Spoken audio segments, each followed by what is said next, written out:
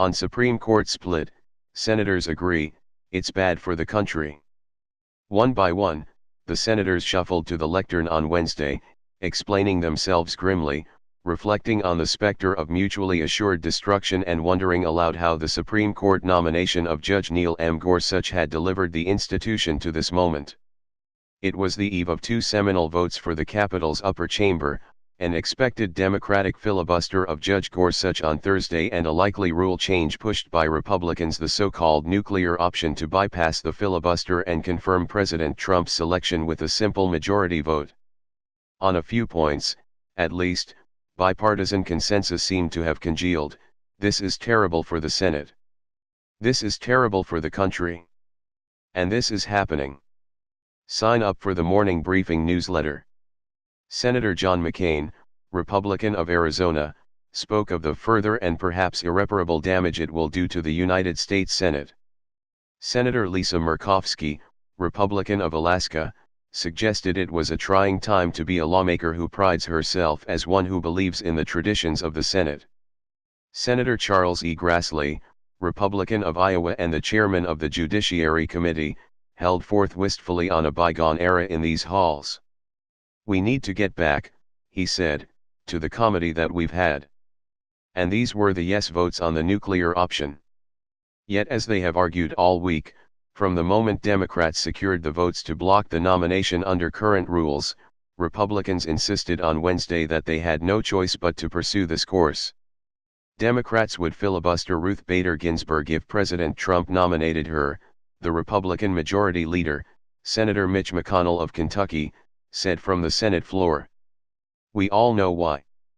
Democrats are bowing to hard-left special interests that can't get over the results of the election. The minority party has framed its opposition differently. Democrats have cited concerns over Judge Gorsuch's record on workers' rights and his degree of independence from Mr. Trump, among other issues. They have also reminded the public of the treatment last year of Judge Merrick B. Garland, President Barack Obama's nominee for the seat left vacant with the death of Justice Antonin Scalia. Republicans, led by Mr. McConnell, refused to even consider Judge Garland during a presidential election year. The truth is, each side can blame the other," said Senator Chuck Schumer of New York, the Democratic leader, making clear which side he blamed more. "We believe they're more in the wrong.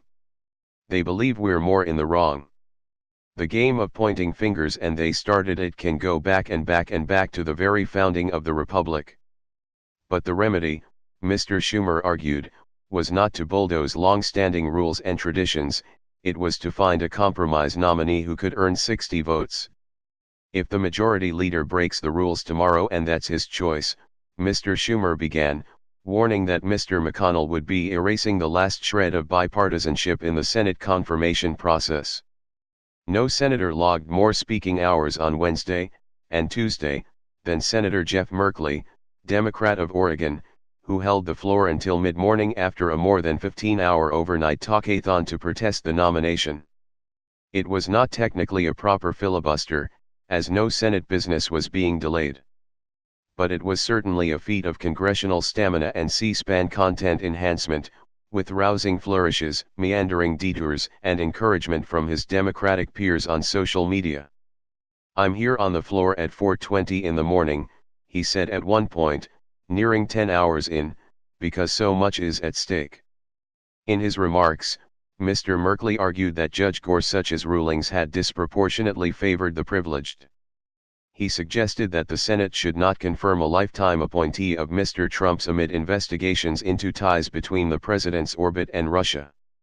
He quoted George Washington and lamented creeping commercialism and an erosion of civic participation.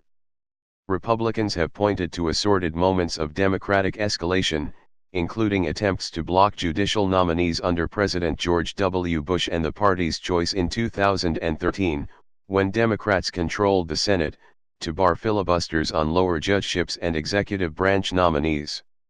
Senator Tim Scott, Republican of South Carolina, said the week's events owed to the physics of politics, framing the rule change as an inevitable outgrowth of a rare partisan filibuster of a Supreme Court pick whom conservatives view as plainly qualified and uncontroversial.